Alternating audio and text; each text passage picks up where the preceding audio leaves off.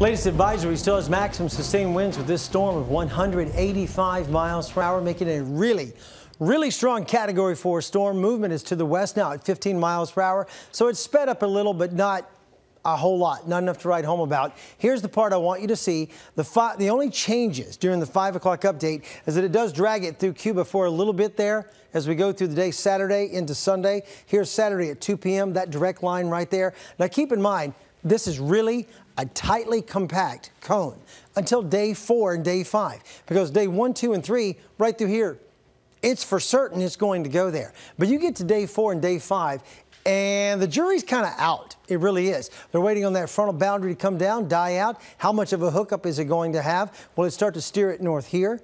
Will this thing track this far north or that far south? But in the cone of projected movement, the direct line, which you can't always count on, as you learned back in 2004, it should come through Cuba, right into Key West, right there, that line, by Sunday afternoon at 2 p.m.